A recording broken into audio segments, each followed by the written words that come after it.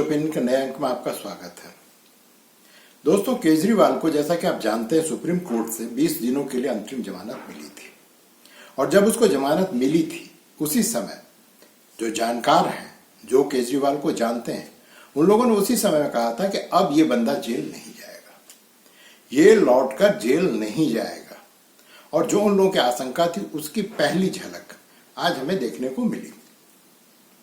आज जो है सुप्रीम कोर्ट में इन लोगों ने अर्जी लगाई है, अर्थात केजरीवाल के वकील ने एक अर्जी लगाई है कि इनका स्वास्थ्य ठीक नहीं है, इसलिए मेडिकल आधार पर इनको जो है, जो इनकी जमानत है उसको जो है 7 दिन के लिए और बढ़ा दिया जाए। और जब से ये खबर दोस्तों मीडिया में आई है तब से मीडिया के लोग इस पर चर्चा कर रहे हैं, विमर्श कर रहे हैं। और भारतीय जनता पार्टी के जो दिल्ली इकाई के अध्यक्ष हैं उन्होंने कहा कि अब नौटंकी इसकी चालू हो गई है। और उन्होंने क्यों कहा कि इसकी नौटंकी चालू हो गई है, इसका कारण यह है दोस्तों कि अगर आप डायबिटिक हैं तो आप इतने सुस्त हो जाते हैं कि आपके शरीर में फुर्ती नाम का, ताकत नाम का कोई चीज रहता नहीं है। और जिस प्रकार से ये कह रहे हैं कि इनके शरीर में, केजरीवाल के शरीर में जो इनका शुगर लेवल है वो काफी बढ़ गया है। और आशंका ये जताई जा रही है केजरीवाल के द्वारा और उनके समर्थकों के द्वारा कि हो सकता है कि इनको जो है किडनी का कैंसर वगैरह हो गया हो, क्योंकि ये जब जेल में थे तो इनका वेट जो है करीब 7 किलो कम हो गया। अब इसमें कितनी सच्चाई है ये कहना मुश्किल है, लेकिन जिस तरह से तरोताजा होकर के ये दिल्ली में चुनाव प्रचार कर रहे थे और अब ये पंजाब में है और ये पंजाब में बड़े फुर्तीले अंदाज में चुनाव प्रचार कर रहे हैं, कहीं कुछ ऐसा कोई भी लक्षण दिखाई नहीं दे रहा है जिससे ये कहा जाए कि केजरीवाल बीमार है। लेकिन बीमारी है, हो सकता है बीमार हो। और ये क्यों लोग कह रहे हैं कि ये नौटंकी कर रहा है केजरीवाल, इसके पीछे कुछ ठोस आधार है। आपको दोस्तों याद होगा, मैंने भी उस पर वीडियो बनाया था जब इनको जमानत मिली थी, उससे करीब 10 दिन 15 दिन पहले की बात है। ईडी के वकील ने कोर्ट में जाकर कहा था कि ये आत्मघाती कदम उठा रहे हैं। आत्मघाती कदम क्यों उठा रहे हैं और कैसे उठा रहे हैं? तो दोस्तों, इनका खाना जो, जब ये जेल में थे तो इनका जो भोजन है वो इनके घर से आता था।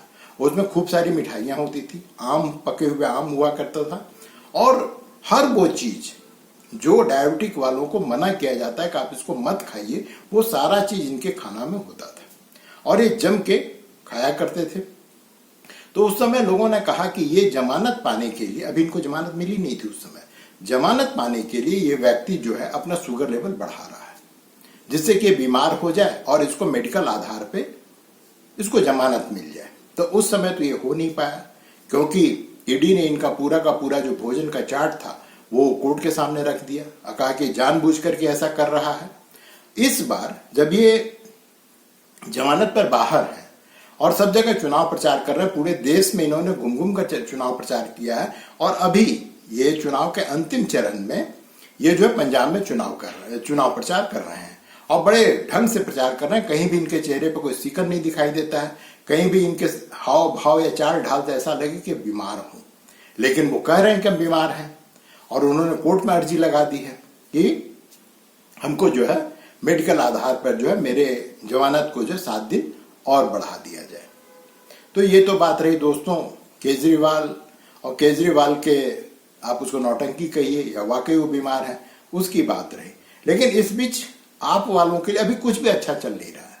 स्वाति मालीवाल वाली घटना खत्म भी नहीं हुई है, अभी खत्म नहीं हुई, क्योंकि आज ही जो विभव कुमार जो जमानत का अर्जी लगाया हुआ था और उस पर जो है अदालत में चर्चा हो रही थी और चर्चा को इतना विभत्स कर दिया विभव के वकीलों ने कि स्वाति मालीवाल को कोर्ट के अंदर रोते हुए लोगों ने देखा।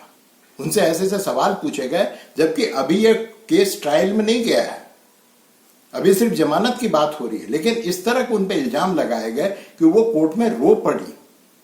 तो ये तो स्थिति विभव कुमार की रही।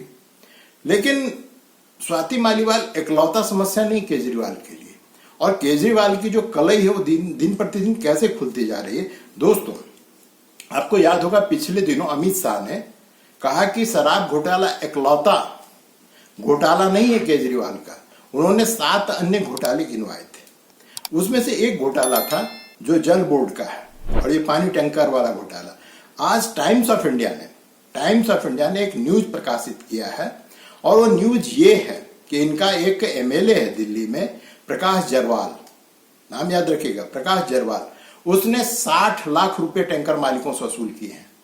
60 लाख रुपए की वसूली उसने टैंकर मालिकों से की है। तो जो आप जिस प्लैंक पे आज तक सरकार में बनी हुई है कि अगर किसी पे आरोप लगे तुरंत उसको बर्खास्त कर दो, केजरीवाल तो हटे नहीं। अब केजरीवाल के लिए समस्या ये है कि प्रकाश जरवाल पे यह आरोप लग रहा है, अभी ये सिद्ध नहीं हुआ है, लेकिन केजरीवाल की औकात नहीं कि प्रकाश जरवाल को बुला करके उससे पूछताछ भी करे कि क्या वाकई तुमने ऐसा किया है।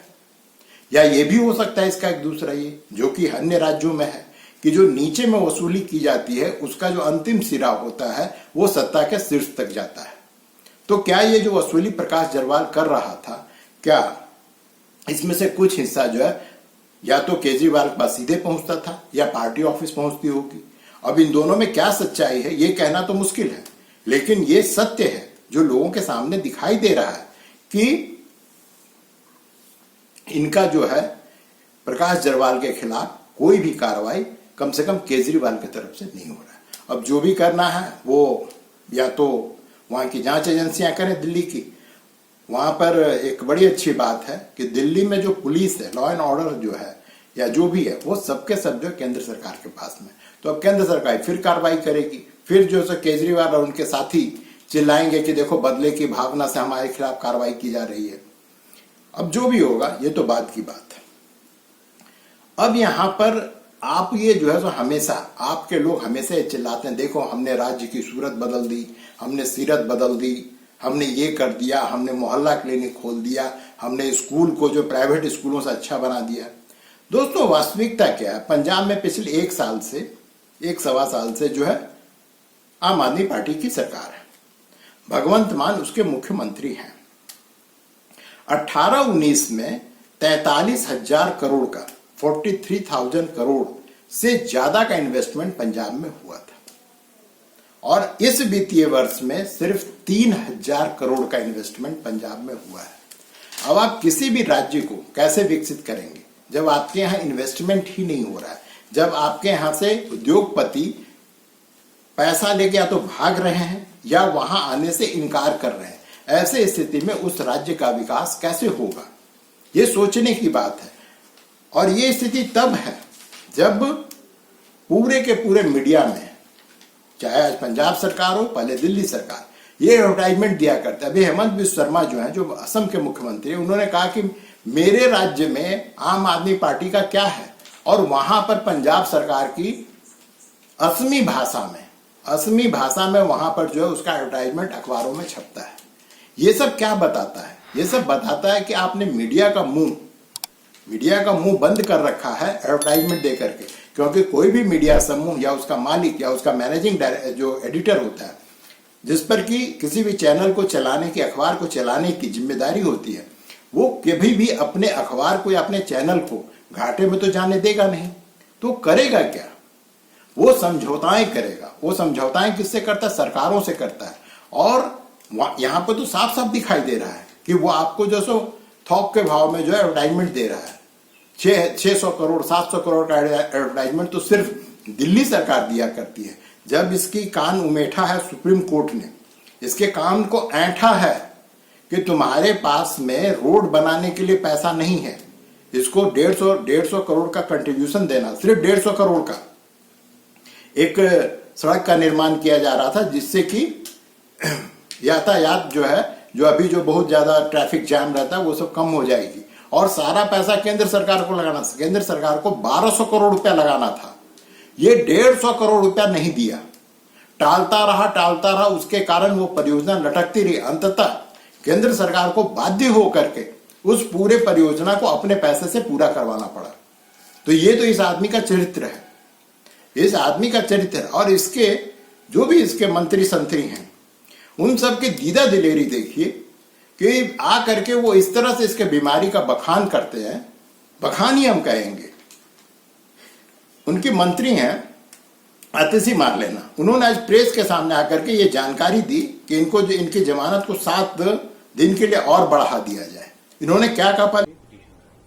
दिल्ली के मुख्यमंत्री अरविंद केजरीवाल जी ने सुप्रीम कोर्ट में याचिका दायर की है अपनी इंटरिम बेल को 1 हफ्ते से आगे बढ़ाने के लिए। जैसा कि आप जानते हैं कि जब अरविंद केजरीवाल जी ईडी की कस्टडी में थे, जुडिशियल कस्टडी में थे, तो उनका 7 किलो वजन घटा था। जब वो बाहर भी आए हैं तो डॉक्टर्स की जांच के बाद इसका अभी कारण समझ में नहीं आया है, ना ही वो वजन फिर से उनका बढ़ा है। डॉक्टर्स ने जब टेस्ट कराए तो उनके कीटोन लेवल्स बहुत हाई निकले हैं। ये unexplained weight loss, sudden weight loss, ketones level का हाई होना किसी सीरियस बीमारी का इंडिकेटर हो सकता है, जिसमें किडनी की सीरियस प्रॉब्लम्स, यहां तक कि कैंसर जैसी बीमारी भी हो सकती है। तो डॉक्टर ने सजेस्ट किया है, मैक्स के डॉक्टर्स ने मुख्यमंत्री के चेकअप किए थे और उन्होंने एक एक्सटेंसिव हेल्थ चेकअप के लिए सजेशन दिया है। ये चेकअप इसलिए भी अभी इमीडिएटली जरूरी है क्योंकि जो ये सीरियस बीमारियां होती हैं उनका अर्ली डिटेक्शन बहुत इंपॉर्टेंट होता है। अर्ली डिटेक्शन होता है, बीमारी जल्दी पकड़ी जाती है तो इलाज जल्दी शुरू होके इंसान की तबीयत जल्दी ठीक हो सकती है। लेट डिटेक्शन होता है तो बीमारी आगे की स्टेजेस पर प्रोग्रेस कर सकती है। 30 तारीख तक अरविंद केजरीवाल जी कैंपेन में व्यस्त हैं, उसी के लिए उन्हें जमानत मिली है। तो ये टेस्ट्स करवाने के लिए उन्होंने सुप्रीम कोर्ट से 1 हफ्ते का। दोस्तों, आज के तारीख में कम से कम भारत इतना विकसित अवश्य हो चुका है कि कोई भी मेडिकल टेस्ट अधिकतम 24 से 48 घंटा के अंदर में पूरा हो जाता है। और जो आदमी इतना बीमार होगा, केजरीवाल जो दावा कर रहा है कोई इतना बीमार है, उसको मेडिकल टेस्ट करवाना है, तो क्या वाकई उसको इतना समय लगेगा? वो अभी इतने दिनों से जेल के बाहर है। अगर आपके जान पर अगर आन पड़े तो आप पहले जाकर के अपना मेडिकल टेस्ट करवाएंगे या चुनाव का प्रचार करते हुए पूरे देश में घूमेंगे? और चुनाव प्रचार करने के बावजूद भी आपके पास में शाम के बाद तो समय है ही, आपने क्यों नहीं अपना मेडिकल टेस्ट करवाया? आजकल तो दोस्तों गली गली में 500, 600, 800 रुपया में लोग घर में आकर के जो मेडिकल टेस्ट करने को तैयार है। और ये व्यक्ति जो अपना इलाज करवाने के लिए बेंगलोर और कहाँ विदेश जाते घूमते रहता है, वो व्यक्ति कि यहाँ डॉक्टर नहीं आवेगा उसका मेडिकल टेस्ट करने के लिए, उसका ब्लड सैंपल लेने के लिए। ये अपने आप में बहुत ही विचित्र बात लगती। इसलिए जो भारतीय जनता पार्टी के अध्यक्ष कह रहे हैं कि ये आदमी नौटंकी कर रहा है, और ये लोगों को पहले से पता था कि ये जेल से निकलने के बाद कुछ ना कुछ ऐसा करेगा। इसमें सत्यता नजर आती है। लेकिन फिर भी मैं कहूंगा भगवान न करे कि आदमी बीमार हो। ये अच्छा है, बुरा है, देश के लिए अच्छा है, बुरा है, दिल्ली वालों का प्यारा है, या ऐसे लोग घृणा करते हैं, वो सारी बातें अलग है। ये मनुष्य है और किसी भी मनुष्य में अगर वाकई उसको बीमार है तो उसका उचित इलाज होना चाहिए। लेकिन इलाज तो जेल में भी होता है, उसके लिए आपको बाहर आने की जरूरत नहीं है। और अगर आपको बहुत ही कोई घातक बीमारी अगर हो गई है तो उसका इलाज भी जेल प्रशासन करवाती है। कई मामलों में तो प्राइवेट हॉस्पिटल्स में कैदियों का इलाज होता है। और अगर आप इतने सक्षम हैं, अगर आपके पास पैसा है, तो आप कोर्ट से परमिशन लेकर के अपना इलाज किसी भी अस्पताल में करवा सकते हैं, बशर्ते कि आप उसको पे करने को, बिल पे करने को तैयार हों। तो वाकई ये सब के सब नौटंकी लगता है। दोस्तों, बचपन में एक कहानी हमने सबने पढ़ा होगा, भेड़िया आया, और भेड़िया कभी आता नहीं था। लेकिन जिस दिन वाकई भेड़िया आया, उस दिन किसी ने भी उस व्यक्ति के बात पे विश्वास नहीं किया और भेड़िया सबको चीर फाड़ करके चला गया। केजरीवाल वही है, ये हमेशा चिल्लाते रहता है मैं मर रहा हूं, मैं जी रहा हूं, मुझसे बदला लिया जा रहा है, मुझसे ये किया जा रहा है। हो सकता है कि वाकई अभी बीमार हो, लेकिन इसने अपनी ये हालात बना रखी है कि आज के तारीख में कोई भी इसके बात पे विश्वास करने को तैयार नहीं है कि केजरीवाल वाकई बीमार है। जिसे आप विडंबना कहेंगे कि एक राजनेता, ये माना जाता है कि राजनेता तभी सफल होता है जब लोगों का विश्वास उस पर बना रहता है।